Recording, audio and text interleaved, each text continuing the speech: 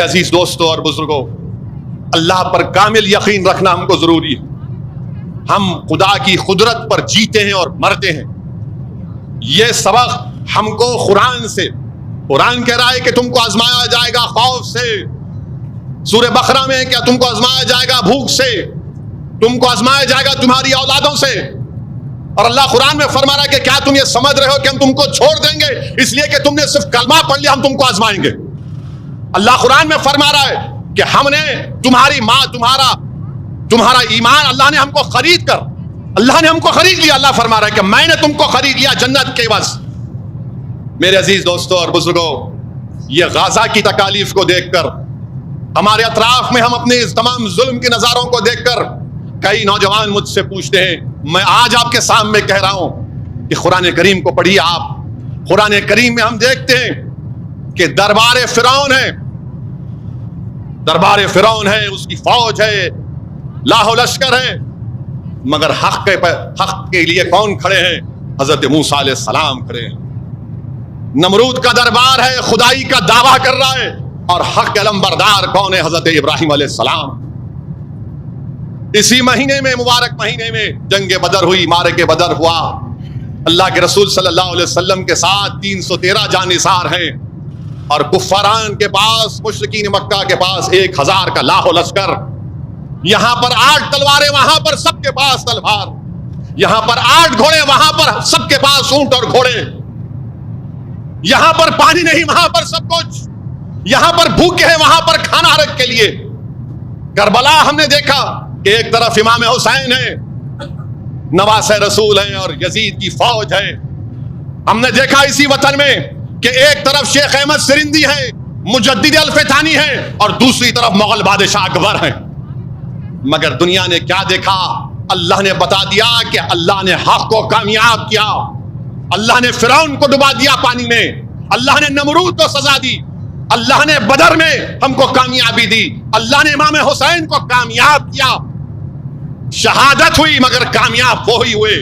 اسی لیے صبح قیامت تک امام حسین کا نام یاد رکھا جائے گا، یزید پلید کو کوئی یاد نہیں رکھے گا۔ یہ مغل بادشاہ کدھر چلا گیا نہیں معلوم، مگر شیخ احمد سرندی کا نام عزت سے لیا جاتا رہے گا۔ تو اسی لیے میرے عزیز دوستوں اور بزرگوں، اپنے ایمان کو مضبوط کرو، اللہ سبحانہ و تعالیٰ پر کامل یقین کرو۔ آپ، میں جو کچھ کہہ رہا ہوں صرف جذبات میں لانے کے لیے تقریر نہیں کر رہا ہوں، بلکہ آپ کو مثالیں دے رہا ہوں، ایک ایک بات آپ کے سامنے سچ بیان کر رہا ہوں۔ تو میرے عزیز دوستوں اور بزرگوں، اپنے ایمان کو مضبوط کریے کہ اللہ سبحانہ و تعالیٰ ہم تمام کی اللہ مغفرت فرما دے۔ اللہ سبحانہ و تعالیٰ فلسطینیوں کی مدد فرمائے، اللہ سبحانہ و تعالیٰ ان کی غیب سے ان کی مدد فرمائے، اللہ سبحانہ و تعالیٰ 29,000 لوگوں کی شہادت کو اللہ قبول فرمائے۔ اللہ سبحانہ و تعالیٰ جو بچے یتیم ہو چکے ہیں، اللہ ان کی لاز رکھ لے، اللہ ان کی مدد فرما لے۔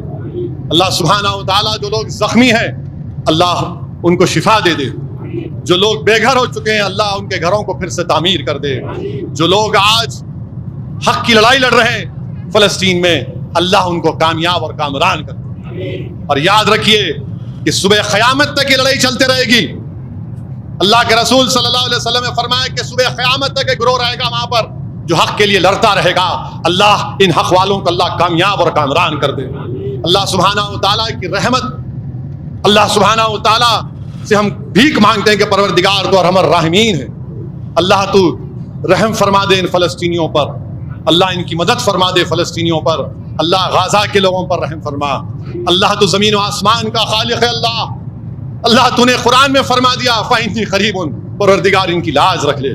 اللہ ہمارے وطن عزیز کو آباد کر دے، اللہ ہمارے وطن عزیز میں امن کو مضبوط کر دے، اللہ ہمارے وطن عزیز کے، ہماری عبادت گاہوں کو اللہ اس کی حفاظت فرما، اللہ ہماری شناخت کو اور طاقتور بنا دے، اللہ ہماری شناخت کو اور طاقتور بنا دے، اللہ ہمارے ایمان کو اور مضبوط بنا دے، اللہ ہمارے دلوں سے خوف نکال دے، اللہ ہمارے دلوں میں اللہ کا خوف ڈال دے، اللہ ہمارے دلوں میں تیرے اور تیرے حبیب محمد مصطفیٰ صلی اللہ علیہ وسلم کی محبت کو ڈال دے، اللہ ہمارے دلوں میں، ہماری اولادوں میں، ہماری نسلوں میں تیرا خوف اور رسول اللہ صلی اللہ علیہ وسلم کی محبت ڈال دے، اللہ ہمارے دلوں میں آپ کی خوف ڈال دے، اللہ رسول اللہ صلی اللہ علیہ وسلم کی محبت ڈال دے، اللہ ظالموں کا خوف ہمارے دلوں سے نکال دے، اللہ وقت کے فرعون اور نمرودوں کا خوف ہمارے دلوں سے نکال دے.